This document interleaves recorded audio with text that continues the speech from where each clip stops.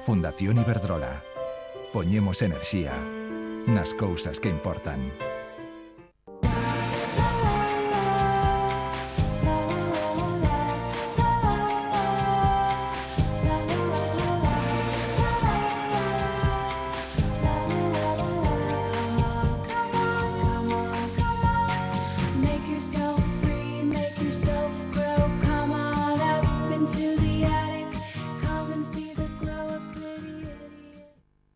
Que tal, como están? Sexan benvidos un mes máis a este Somos Capaces, un programa no que lles imos a chegar toda a actualidade que nos chega dende a Confederación Galega de Persoas con Discapacidade. En primeiro termo, estaremos en Lugo, nese centro de Fingoi.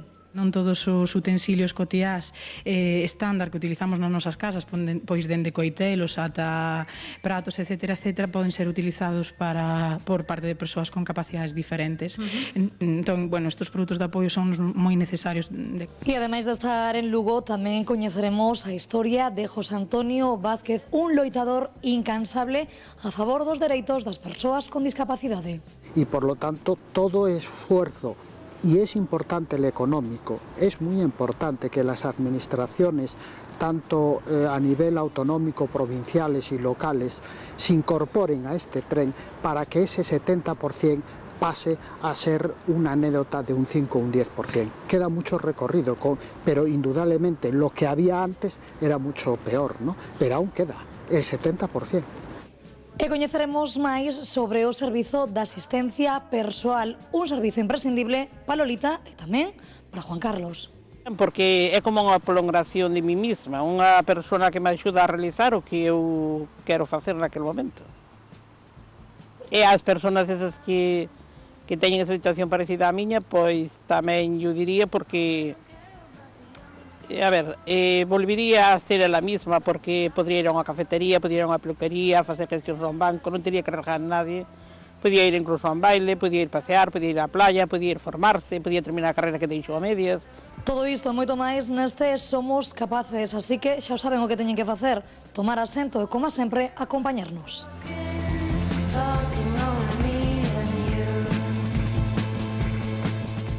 E comezamos este Somos Capaces achegándonos a Lugo, concretamente hasta ese centro de Fingoi. Alí estivo a nosa compañeira Lola López coñecendo longo e tendido a tarefa que realizan a hora de cociñar. Alí contan con materiais adaptados que facilitan moitísimo esta realización de cociñar para todos aqueles que forman parte desta familia de Kogami en Fingoi. Así que, de seguido, presten moita atención a seguinte reportaxe da nosa compañeira Lola López. E de cociña falamos hoxe, sí, porque nos adentramos nun obradoiro moi creativo e saboroso. E antes de empezar a cociñar, imos a falar con Cristina. Ela é a terapeuta que dirixe un pouquiño esta actividade. Cristina, contanos un pouquiño en que consiste este obradoiro de cociña. Hoxe, que xa empeza a vir o verán, creo que cociñamos ensalada, non si?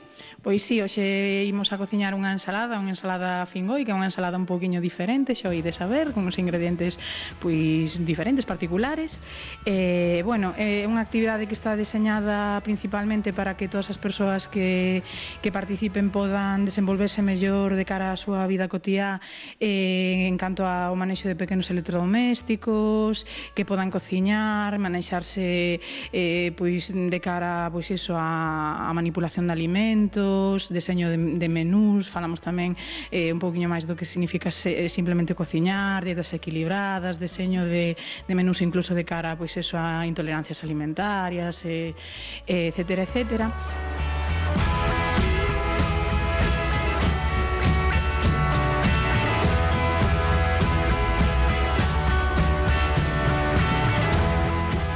Todos os utensilios cotiás estándar que utilizamos nas nosas casas, pois dende coitelos ata pratos, etcétera, poden ser utilizados por parte de persoas con capacidades diferentes.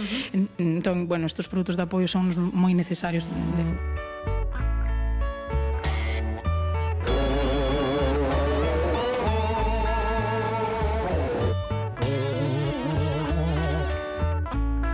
En este obradoiro participo eu con Puri Salvador, que é unha das monitoras de aquí do centro, que prácticamente exercemos de pinches, non, de persoas auxiliares, porque eles ahora mesmo teñen un grado de autonomía que é un pouco que se persegue, en función dun adestramento no uso desos produtos de apoio, é dicir, son utensilios, son aparellos que son diferentes, que están no mercado e que lles permiten executar de forma autónoma tarefas que sen eles non lles serían posibles. É dicir, máis alá de facilitarlles a tarefa, permítenlles facela, é dicir, tarefas, por exemplo, picar, o vades a ver agora, picar con un coitelo que nos podemos ter no caixón das nosas casas, pois non lle sería posible. Picar con un coitelo, con un produto de apoio adaptado, permítelles facelo de xeito autónomo. Que significa isto?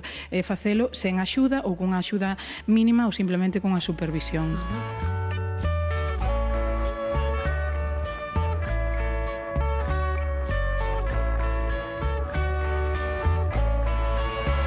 A actividade en sí supón un adestramento, unha perda deses medos, desas barreiras tamén un pouco sociais, de dicir, eu teño medo a queimarme, a cortarme, a este aparello que, porque o vades a ver, son aparellos significativamente diferentes ao aparello ou ao utensilio estandarizado, non? Son coitelos como moi distintos, entón, pois ás veces decimos, isto que é, ou isto para que pode servir. Entón, a actividade en sí tamén sirve de adestramento, de que as persoas pois vayamos perdendo un pouco medo a utilizalos, e que tamén de cara a que haxe ese coñecemento de que existen, de que se poden utilizar aquí no centro, en Kogami, e tamén fora, a idea é que tamén se trasladen as aprendizaxes de aquí ao seu entorno domiciliario, ao seu entorno habitual.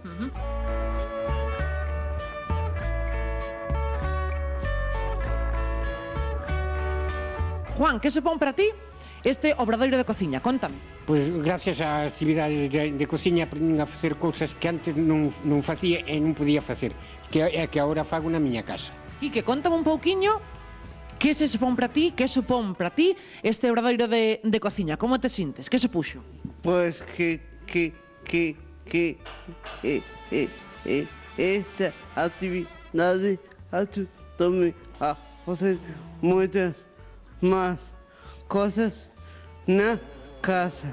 E outro cociñeiro experto que atopei aquí en Kogami Lugo é o meu amigo Miguel. Miguel, que tamén está encantado, é cociñeiro xa profesional con eses produtos de apoio. Contame un pouquiño, Miguel, que supón para ti ter ese produto para logo poder cociñar e desenvolverte ti só.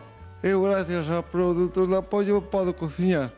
E na miña casa non os podo ter porque son bastante caretes e non me os podo permitir.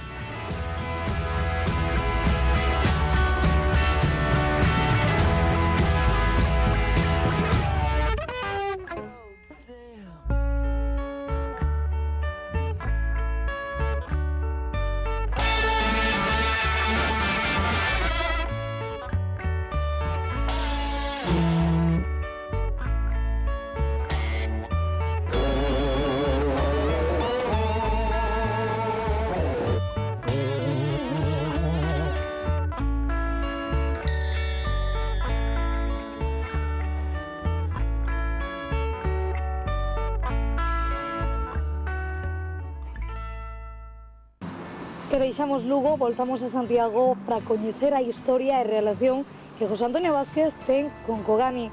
José Antonio, moi boas tardes. Hola, boas tardes. Moitísimas gracias por atendernos neste programa, neste Somos Capaces. En primeiro termo, para coñecer mellor esta historia, contenos cal é a súa relación na actualidade con Kogami, con esta Confederación Galega de Persoas con Discapacidade. Pues la relación que yo tengo con Kogami es desde los principios de la creación.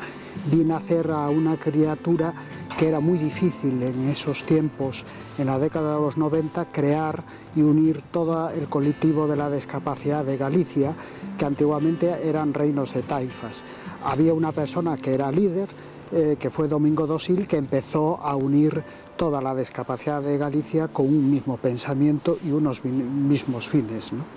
Falamos desa relación que José Antonio Vázquez ten con Kogami, pero non é a única entidade, ni moito menos coa que está ben fellado, non é así? Sí, indudablemente yo vengo del mundo de la discapacidad orgánica, ¿no? Una discapacidad de una enfermedad crónica, enfermedad de las que se llaman hoy huérfanas, enfermedades raras, en donde la década de los 80 y 90 fueron una enfermedad tremendamente dramática por los fallecimientos de los contagios de VIH y hepatitis C, en donde fue la primera organización orgánica que entró en Cogami como organización directa, ¿no? Con que cargos contaba vostede na actualidade? Que cargos tivo tamén non hai moito, Bueno, ¿no? en el pasado, desde presidente de Galicia, de Hemofilia de Galicia, presidente nacional de la Federación Española de Hemofilia, vicepresidente económico de la Real Fundación Victoria Eugenia, pero yo creo que los cargos son anécdotas, ¿no? Lo importante es luchar por las personas, somos personas que trabajamos para personas, esa es la clave de la jugada. Y yo voy a poner una anécdota muy importante. El fundador de Cogami, presidente de Cogami, Domingo Dosil, tenía una ideología totalmente diferente a la mía, porque yo fui secretario general de Cogami, ¿no? Pero sí que nos unió la misma filosofía y el mismo común, a donde teníamos que ir, que eran las personas con discapacidad. Con diferencias, que él hablaba gallego y yo hablaba castellano, pero nos entendíamos perfectamente porque sabíamos cuál era nuestro objetivo y cuál era nuestro punto de vista y a dónde teníamos que llegar. Y llegamos, cosa que tenía que aprender muchos los políticos actuales de toda índole, ¿no? Tendo claro ese objetivo, José Antonio, que se conseguiu? Que conseguiu vostede ao longo de todos estes anos de loita no mundo da discapacidade e que queda pendente? Bueno, yo personalmente nada. Sí que hay que trabajar en equipo, hay que trabajar con personas, hay que trabajar en grupo, ahí se ha conseguido mucho. Antes las personas con discapacidad estaban en su casa, hoy, y aún queda mucho recorrido por hacer, hoy ya están incorporándose al mundo laboral, al mundo de la formación, a la sociedad. La mayor incorporación, la mayor adaptación a la sociedad es por dos vías. Una, la vía de la formación, la gente tiene que estar formada, y otra por la vía del empleo. Si las personas no tienen un trabajo, las personas no están integradas. Cualquier tipo de discapacidad, orgánica, psíquica, física, tienen que estar trabajando, pero para eso hay que estar formados. Quedamos con esa reivindicación. Agora lle preguntarei por outras moitas, que seguro que temos moitas debaixo da manga, pero quería preguntarlle, buscando información e obtendo información sobre vostede, deixa moi claro que é un loitador incansable. Como sinte que están as persoas con discapacidade a día de hoxe? Que se avanzou e todavía que queda por andar, que quedará moito camiño, ¿no? Pues mire, le voy a decir una cifra que ya creo que lo dice todo. De 170.000 personas con discapacidad en Galicia, el 70% ni creen que pueden trabajar ni buscan trabajo ya. A que se debe isto? Primero, porque aún tenemos mucho trabajo y recorrido por hacer, porque las personas y las familias muchas veces creen que por su discapacidad no son capaces de incorporarse al mundo laboral. Por lo tanto, tenemos un trabajo de base, y más en Galicia, que hay mucha población rural, no urbana, en donde tenemos que llegar a ella, ¿no? Y por lo tanto, todo esfuerzo, y es importante el económico, es muy importante que las administraciones, tanto a nivel autonómico, provinciales y locales, se incorporen a este tren para que ese 70% pase a ser una anécdota de un 5 o un 10%. Queda mucho recorrido, pero indudablemente lo que había antes era mucho peor, ¿no? Pero aún queda el 70%. Ni máis ni menos, estamos falando dunha cifra máis que elevada. Agora sí, José Antonio, falamos das principais reivindicacións. A inserción no mundo laboral é unha das prioritarias, das principais. Cales máis temos? Pues la aceptación de la sociedad a las personas con la discapacidad, el mundo empresarial. Hoy, desde hace unos años, el mundo empresarial empieza a conocer el mundo de la discapacidad, la incorporación al mundo laboral, que no es un problema, que le solucionan problemas. Antes era un problema contratar a una persona con discapacidad, hoy es una solución para el empresario, en todos los aspectos, porque le da menos trabajo, le da menos complicaciones, tienen ayudas del Estado, por lo tanto eso es muy importante. Y después que la sociedad los atienda y los adapte a su medio, igual que otras personas. Si tenemos que rascar, todo el mundo de la sociedad tenemos una discapacidad, todos, unos más que otros, pero todos. José Antonio, falamos agora do poder político, dos que mandan. Están eles concienciados do mundo da discapacidade a día de hoxe? O que mensaxe enviaría a eles directamente? Pues el mensaje que yo les envío a todos los políticos, que son personas y que tienen que trabajar para las personas y que tienen que pensar y vivir como si fuera un discapacitado, con las grandes barreras que supone ser un discapacitado físico, orgánico, con los problemas del día a día. Muchas veces entran en los despachos y se pierden totalmente, ¿no?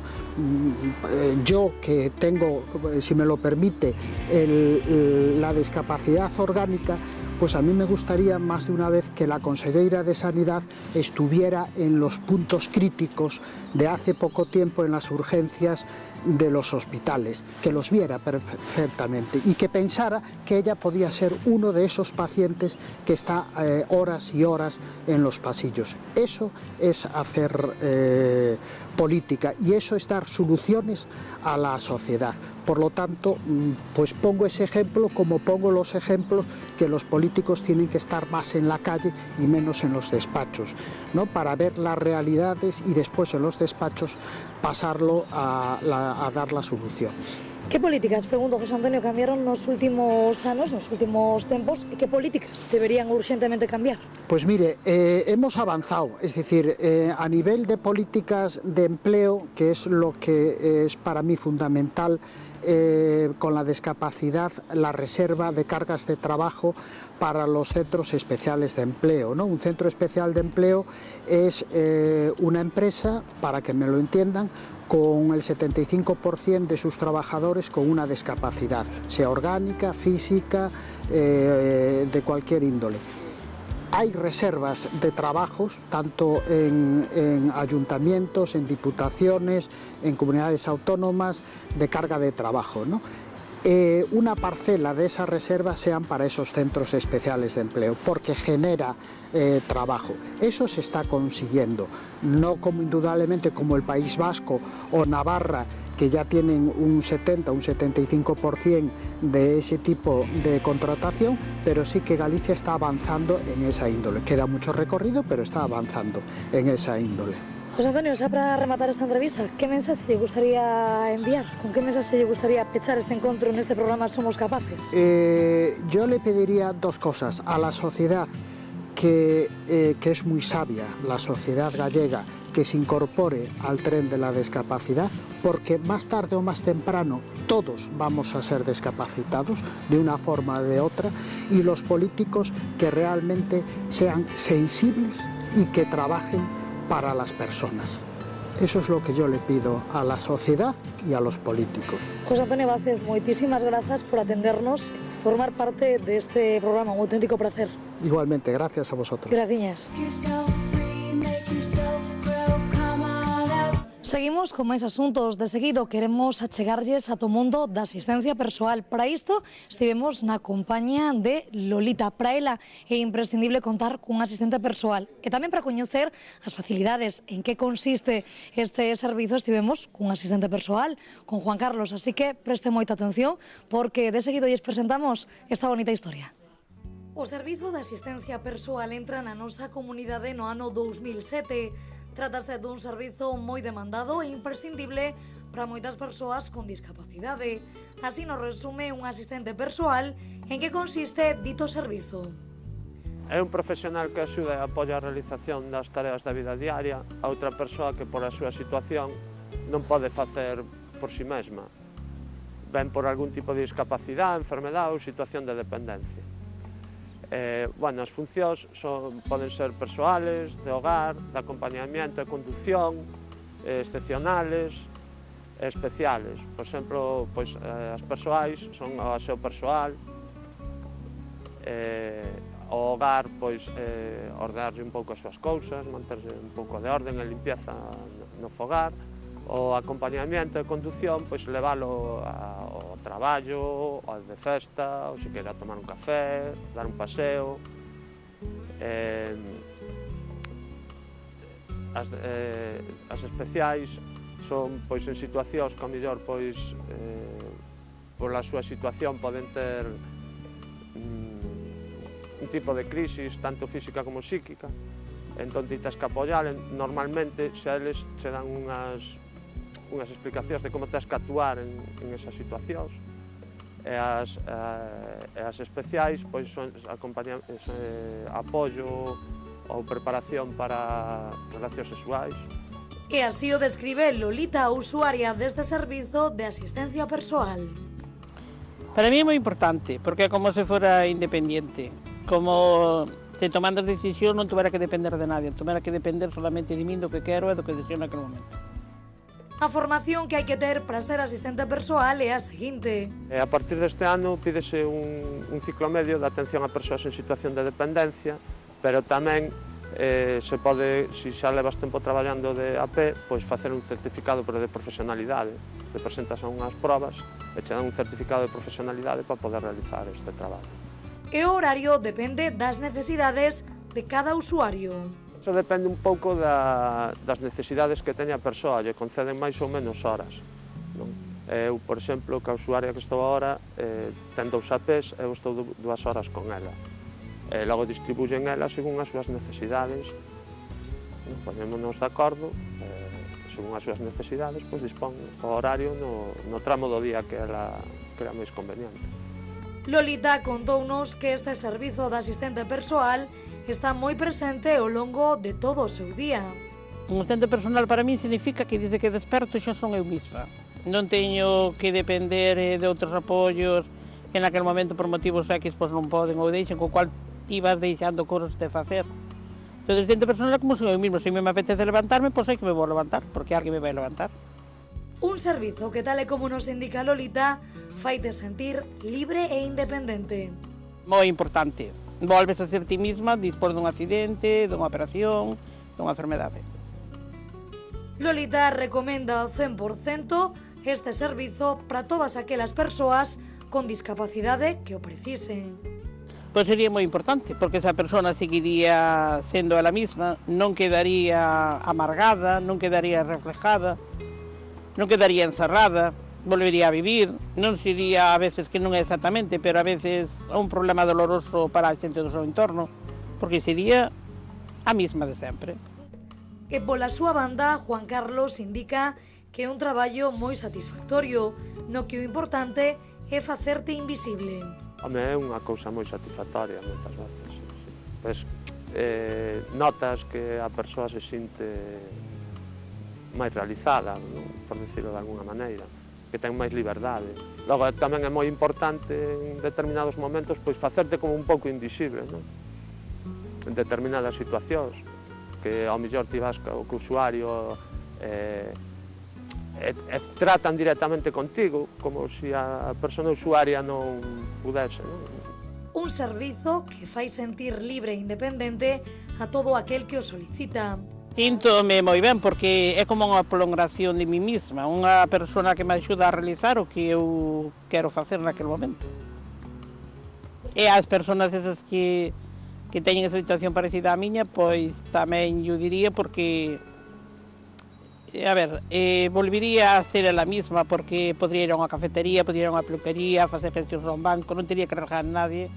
Podía ir incluso a un baile, podía ir pasear, podía ir á playa, podía ir formarse, podía terminar a carreira que deixou a medias. Socialmente entraría outra vez onde somos da sociedade, pero desta maneira estamos nos quedando atrás. Tería unha visibilidade que non vamos tendo, porque está en silla de rodas, está na casa. Nadie se diría, é onde estuvestes, porque estarías día a día. A nos soamente nos queda darlle as grazas a Lolita e a Juan Carlos por compartir con nos o seu sentir e facernos ver o importante e imprescindible que a día de hoxe é este servizo de asistencia persoal.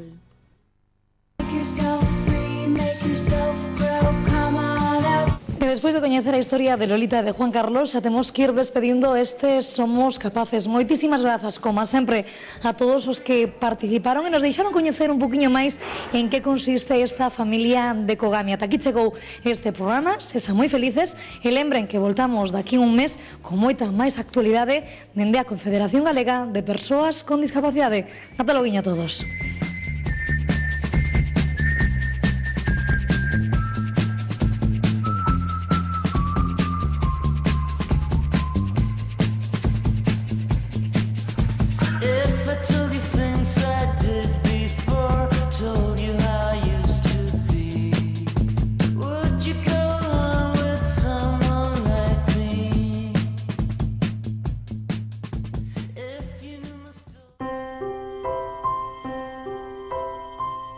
Fundación Iberdrola.